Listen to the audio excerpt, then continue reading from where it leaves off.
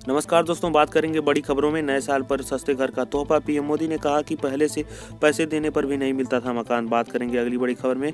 साल के पहले दिन ही झटका, महंगा हुआ रसोई गैस सिलेंडर। जानिए कितना हुआ है दाम। अब बात करेंगे अगली बड़ी खबर में। जब तक मोदी पीएम है तब तक आप एंजॉय करें। राहुल गांधी को गिरिराज सिंह ने किया ट्रोल ट्विटर पर। बात करेंगे अगली बड़ी खबर में। भारत से ने बना यूएनएससी का अस्थायी सदस्य। फ्रांस ने किया पूरी तरह से स्वागत। बहुत बड़ी खबर निकल के आ रही है पीएम मोदी से जुड़ी हुई। नए साल पर सस्ते घर का तोहफा। पीएम मोदी ने कहा कि पहले पैसे देने पर भी नहीं मिलता था मकान। आपको बताएंगे पूरी खबर में।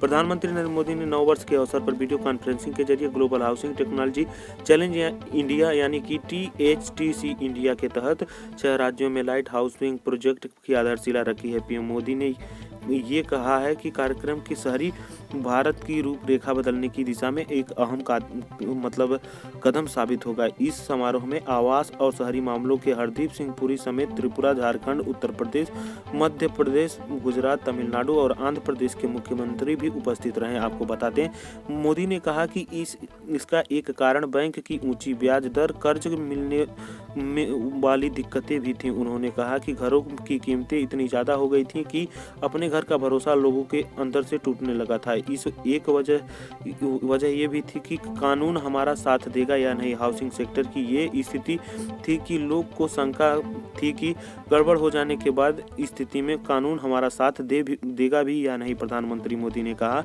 कि शहर में रहने वाले लोग गरीब हो या फिर मध्यम वर्ग, इनका सबका अपना सपना होता है कि अपना घर हो, वो घर जिसमें उनकी खुशियां, सुख दुख, बच्चे की परवरिश से जुड़ी हो। लेकिन बीते वर्षों में लोगों ने कहा है कि अपने घर का भरोसा लेकर के उनका भरोसा टूटता जा रहा था। प्रधानमंत्री मोदी ने कहा कि शहर में रहने वाले गरीब हो या फिर मध्यम वर्ग, इनका सबका अपना एक बड़ा सपना होता है, अपना घर हो वो जिसमें उनकी खुशियां, सुख दुख, बच्चों की परवरिश से जुड़ी हो। लेकिन बीते हुए वर्षों में लोगों का अपना घर का सपना, भरोसा टूटता जा रहा था।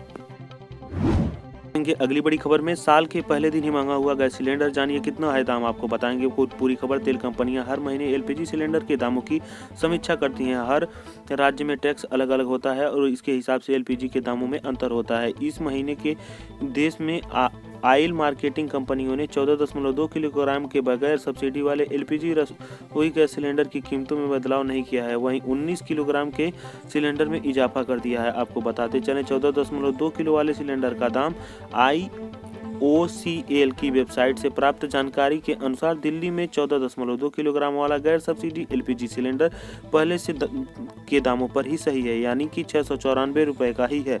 कोलकाता में इसका दाम 720 रुपये 50 पैसे है, मुंबई में 694 रुपये और चेन्नई में 710 रुपये है। मालूम हो कि 15 दिसंबर को इसकी कीमतों में 50 रुपये इजाफा कर दिया गया था।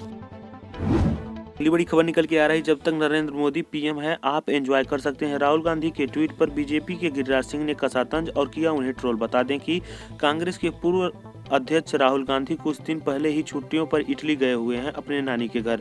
उनके इटली के दौरे को लेकर के सोशल मीडिया से लेकर के राजनीतिक गलियारों तक काफी चर्चा हुई है। नए साल के पहले ही दिन बीजेपी सांसद और केंद्रीय मंत्री गिरिराज सिंह ने राहुल गांधी के ट्वीट पर उनकी चुटकी ली है। सोशल मीडिया यूजर्स इसे साल की पहली राजनीतिक लड़ाई भी बता रहे हैं।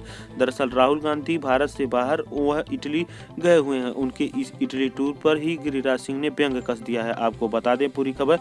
हुआ एक ही राहुल गांधी ने ट्वीट कर लोगों को नए साल की शुभकामनाएं दी। अपने देशवासियों को राहुल गांधी ने अपने ट्वीट में लिखा, नए साल पर हम उन्हें याद करते हैं जिनको इस साल हमने खो दिया और उनका आभार जताते हैं जिन्होंने हमारी रक्षा करते हुए अपने जान गंवा दिए।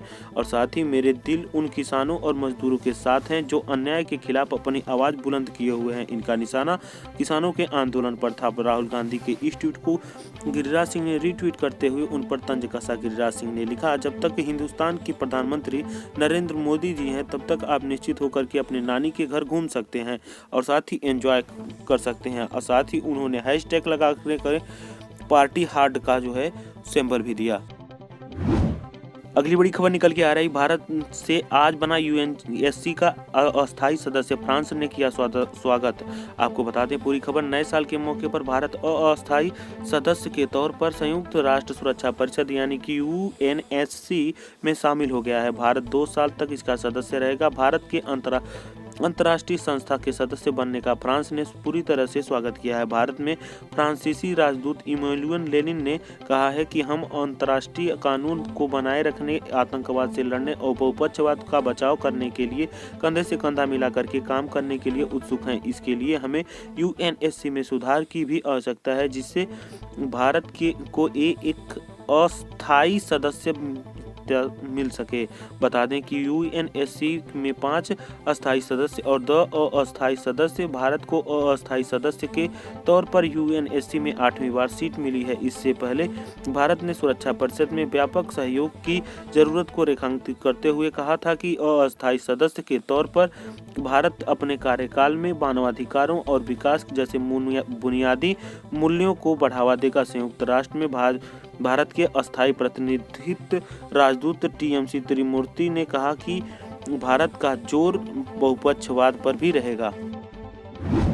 अगली बहुत बड़ी खबर निकल के आ रही है दोस्तों, टेलीकॉम सेक्टर से जुड़ी हुई। आपको बता दें कि वोडाफोन और आइडिया ने दिल्ली में 15 जनवरी से बंद करने जा रही है अपनी 3G सेवाएं।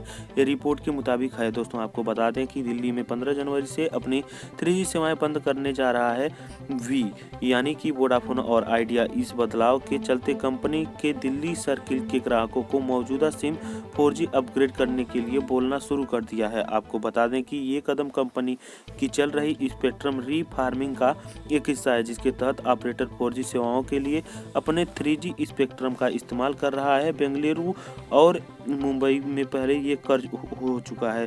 दिल्ली के वी कस्टमर्स अपने नियर बाय स्टोर पर जाकर के मौजूदा सिम को 4G में अपग्रेड करना चाहते हैं तो उन्हें करना होगा। गैजेट से 360 की एक रिपोर्ट के मुताबिक इस बदलाव के बारे में जानकारी देने के लिए वी ने दिल्ली सर्किल के ग्राहकों को एसएमएस मैसेज भेजना भी शुरू कर दिया है। पब्लिकेशन ने इस मैसेज का स्क्रीनशॉट भी शेयर कर दिया है। अगली बड़ी खबर निकल के आ रही है फास्टैग से जुड़ी हुई, जो कि हम आपको बता दें दोस्तों, फास्टैग आज से अनिवार्य केवल हाइब्रिड लेन में रहेगी। 15 फरवरी तक राहत। आपको पूरी खबर बता दें कि सरकार ने फास्टैग की डेडलाइन को लेकर के वाहन मालिकों को थोड़ी राहत अब दे दी है। अब देश भर के सभी 4 पहिया वाहनों के लिए फास्टैग की डेडलाइन 15 फरवरी 2021 तक बढ़ गई है। इससे पहले NHAI की ओर से कहा गया था कि 1 जनवरी से कैश टोल कलेक्शन बंद हो जाएगा, लेकिन इसकी समय सीमा अब बढ़ा दी गई है। यह एक राहत का कदम माना जा रहा है। इस संबंध में सड़क परिवहन एवं राजमार्ग मंत्रालय ने गुरुवार को कहा कि राष्ट्रीय राजमार्गों पर टोल प्लाजा की हाइब्रिड लेन पर 15 फरवरी तक फास्टैग या नकद माध्यम से भुगतान किया जा सकेगा। मंत्रालय ने कहा कि टोल प्लाजा की फास्टैग लेन केवल फास्टैग के माध्यम से ही भुगतान स्वीकार किया जाएगा। आपको बता दें पूरी खबर की फास्टैग को 1 दिसंबर 2017 के बाद से नए 4 पहिया वाहनों के लिए रजिस्ट्रेशन के समय ही अनिवार्य कर दिया गया था। इस पूरे फैसले को लागू करने के लिए सरकार ने केंद्रीय मोटर वाहन अधिनियम 1989 में संशोधन भी किया था। अब तक 2.2 करोड़ से ज्यादा फास्टैग आवंटित किए गए हैं। एक्सपर्ट का मानना है कि कोविड-19 के कारण लोग कॉन्टैक्टलेस ट्रांजैक्शन को ज्यादा पसंद कर रहे हैं। अगली बड़ी खबर निकल के आ रही, राजद की नीतीश कुमार को खुली चुनौती। कहा कि अपने विधायकों को बचा सकते हैं तो बचा लो। दोस्तों, राजद प्रवक्ता मृत्युंजय तिवारी ने जदयू को चुनौती देते हुए कहा है कि जदयू में टूट होना तय हो चुका है और पार्टी अगर अपने विधायकों को बचा सकती है तो बचा ले। आपको पूरी खबर बताएंगे। कड़कड़ाती ठंड के बीच बिहार की सियासी माहौल पूरी तरह से गर्मी छाई हुई है। बिहार विधानसभा चुनाव 2020 में काफी कम सीटों के अंतर से सत्ता पर काबिज हुई। सत्ताधारी गठबंधन के मुख्य साझेदार जदयू और मुख्य विपक्षी दल राजद के बीच तनातनी छिड़ गई है। वहीं अरुणाचल प्रदेश की घटना के बाद राजद लगातार जदयू पर सियासी वार करने में लगा है। एक बार फिर से राजद ने जदयू विधायक के पार्टी छोड़ने की सलाह दी है। राजद ने जदयू को खुली चुनौती देते हुए कहा है कि नीतीश कुमार अपने विधायकों को बचा सकते हैं तो बचा लें। राजद ने बताया कि जदयू में अब टूट होना निश्चित हो चुका है। आपको पूरी खबर बता दें कि राजद प्रवक्ता मृत्युंजय तिवारी ने पार्टी सहयोगी और पूर्व मुख्यमंत्री श्याम रजक के बयान से 2 कदम आगे बढ़ते हुए आज तक न्यूज चैनल से बातचीत करते हुए बताया है कि जदयू में अब टूट होना तय हो चुका है और जल्द ही जदयू विधायक पार्टी छोड़ राजद में शामिल होंगे। तिवारी ने जदयू को चुनौती देते हुए कहा कि जदयू में टूट होना तय हो चुका है, पार्टी अगर अपने विधायकों को बचा सकती है तो बचा ले। दोस्तों, बहुत बड़ी खबर निकल के आ रही है। 3 जनवरी को होगा शिवराज सिंह चौहान के कैबिनेट का विस्तार, सिंधिया के समर्थक बन सकते हैं मंत्री। आपको बता दें पूरी खबर।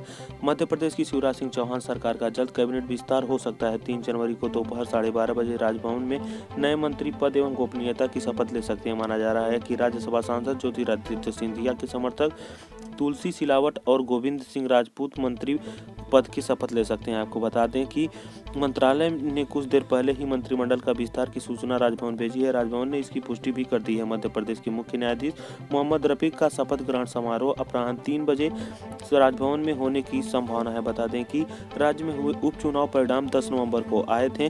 परिणाम आने के बाद से ही शिवराज सिंह चौहान मंत्रिमंडल के विस्तार का इंतजार किया जा रहा था। इसे लेकर के मुख्यमंत्री शिवराज सिंह चौहान, प्रदेश अध्यक्ष BD शर्मा और ज्योतिरादित्य सिंधिया की 4 दौर की बैठकें हुई हैं। सूत्रों के अनुसार शुक्रवार को सुबह ही राष्ट्रीय नेतृत्व ने मंत्रिमंडल विस्तार की अनुमति दी है।